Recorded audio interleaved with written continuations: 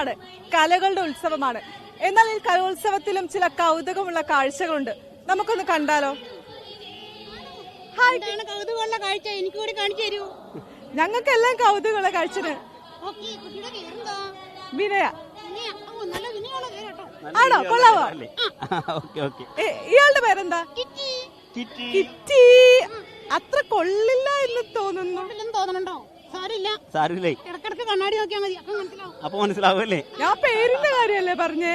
എന്റെ പേര് വിനോദ് നർനാട്. ആരും ചോദിച്ചില്ലല്ലോ. ഇവിടെ ചോദിച്ചില്ലെങ്കിൽ പറയണ്ടേ, അതല്ലേ മര്യാദ. ആണോ? എനിക്ക് മര്യാദ ഉണ്ടോ? കുറച്ചുണ്ടായിരുന്നു. ഇത് ഏതാ ചാനൽ എന്നറിയോ?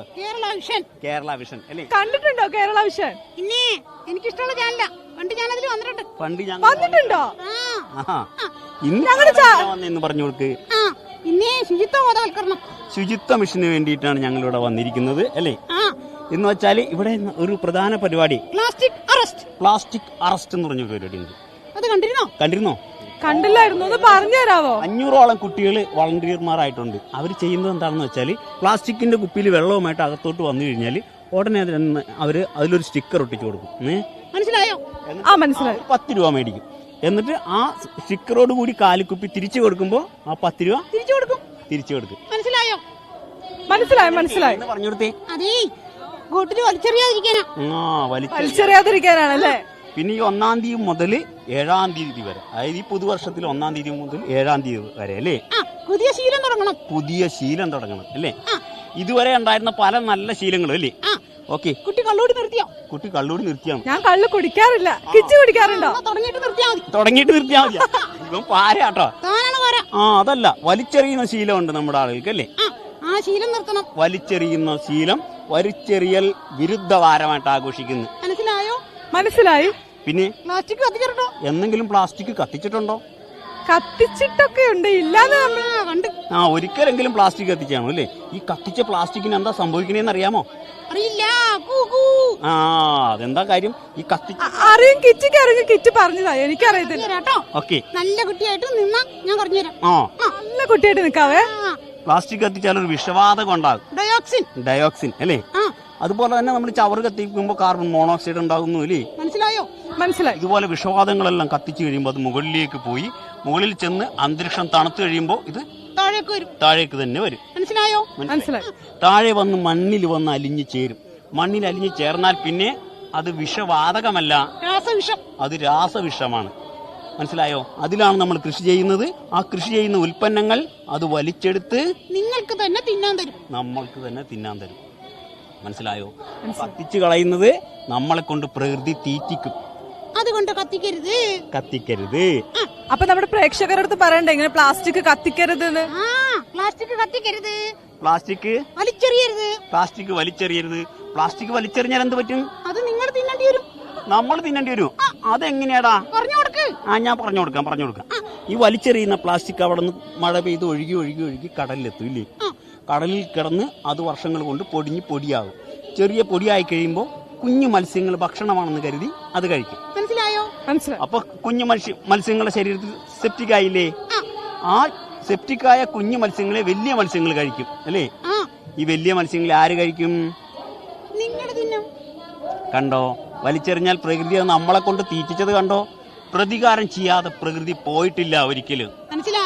മനസ്സിലായി. ഇതാണ് ശുചിത്വ മിഷന്റെ സന്ദേശം. വലിച്ചെറിയരുത്, കത്തിച്ചു കളയരുത് അല്ലേ? കുഴിച്ചിടരുത്.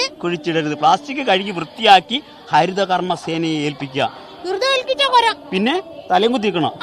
പിന്നെ സർവീസ് ചാർജ് കൂടി കൊടുക്കണം കേട്ടോ. ഓക്കെ. പിന്നെ കണ്ടോ എന്താ അവിടെ ബയോബിൻ ഉണ്ട്. 3 തട്ടായിട്ടുള്ള ഒരു തട്ടാണ് കേട്ടോ. നമ്മുടെ വീട്ടില് നമ്മുടെ ഓർഗാനിക് വേസ്റ്റ് പലതും ഉണ്ടല്ലോ അല്ലേ? അതെല്ലാം നമുക്ക് അതിൽ നിന്നും വളമാക്കി മാറ്റാം. മനസ്സിലായി. 90% വരെ സബ്സിഡി ഉണ്ട്. 90% വരെ സബ്സിഡി ഉണ്ട്. ഏത് പഞ്ചായത്തിലോ താമസിക്കുന്നേ? നമ്മള് കരിമ്പ. അവിടെ മെമ്പറോട് പറഞ്ഞാൽ മതി. പഞ്ചായത്തിൽ വിഇഒ ഉണ്ട് കേട്ടേ, അദ്ദേഹത്തിനോട് പറഞ്ഞു എഴുതി കൊടുത്താൽ നിങ്ങൾക്ക് ഇത് വീട്ടിൽ കിട്ടും. മനസ്സിലായി. നല്ലൊരു ആശംസ പറഞ്ഞേക്ക്. അതിനു മുമ്പ് കിറ്റിനോട് ഒരു ചോദ്യമുണ്ട്. കിറ്റി പെർഫോമൻസ് ഒക്കെ കണ്ടായിരുന്നോ? കണ്ടു. ഏതാ ഏറ്റവും കൂടുതൽ ഇഷ്ടപ്പെട്ടെ? അയ്യോ, ഞാൻ മോഹിനിയാട്ടം. പിന്നെ ഗ്രൂപ്പ് ഡാൻസ്. ആ ഗ്രൂപ്പ് ഡാൻസ് പറഞ്ഞാ സംഘനൃത്തം. ഓ സംഘനൃത്തം. ആ പിന്നെ ഒക്കെ നടന്നോണ്ടിരിക്കുന്നു. ഇവിടെ ഒപ്പന ഇപ്പൊ നടന്നോണ്ടിരിക്കുന്നു. മൊഞ്ചത്തിമാരെ കണ്ടായിരുന്നോ? ആ പിന്നെ അടിപൊളിയാണ്. അടിപൊളി. ആരെങ്കിലും ഇഷ്ടായോ? പിന്നെ ഒരുപാട് ആ എല്ലാ കുട്ടികളും നന്നായിട്ട് ചെയ്യുന്നു. എല്ലാ കുട്ടികളും നന്നായിട്ട് ചെയ്യുന്നു ഇല്ലേ? ആ ഏതാണ് നല്ലതെന്ന് ഞങ്ങൾക്ക് തിരിച്ചറിയാൻ പറ്റുന്നില്ല. അതിന് ജഡ്ജസ് തീരുമാനിച്ചോളൂ അല്ലേ? ആ എന്നാ കിച്ചു ഒരു പാട്ട് പാടാവോ? ആ പാട്ട് പാടാം. പക്ഷെ ഇയാൾ എന്റെ കൂടെ പാടുമോ? ആ ഞാൻ പാടാം. ഏത് പാട്ടാ പാടാം നമുക്ക്? പൂന്തിങ്കളേ. ആ പാട്ട് ആ പാട്ട് എനിക്ക് അറിയത്തില്ലല്ലോ. ഇല്ല, അയ്യോ, കുട്ടിക്ക് അറിയാവുന്ന പാട്ട് ഏതാ? കുട്ടിക്ക് അറിയാവുന്ന പാട്ട് ഏതാ? എനിക്ക് അങ്ങനെ ഞാൻ പാട്ടുകാരിയല്ല. കിറ്റ് പാടിയാ മതി. ഞാനും പാട്ടുകാരനല്ല. കിറ്റ് പാടിയാ മതി, ഞാൻ കൂടെ പാടിക്കോളാം. കാക്കേ കൂടയുടെ കൂട്ടിനകത്തൊരു കുഞ്ഞുണ്ടോ.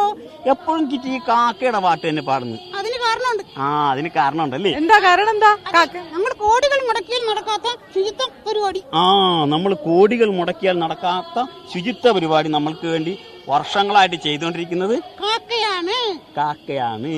പരിസരത്തുള്ള വേസ്റ്റ് എല്ലാം കൊത്തി തിന്ന് വൃത്തിയാക്കൂലേ? ആ മനസ്സിലായോ?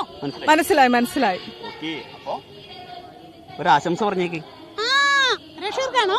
ഓക്കെ. എല്ലാ കേരള വിഷൻ എല്ലാ കേരള വിഷൻ പ്രേക്ഷകർക്കും എന്താണ് കലോത്സവാശംസകൾ.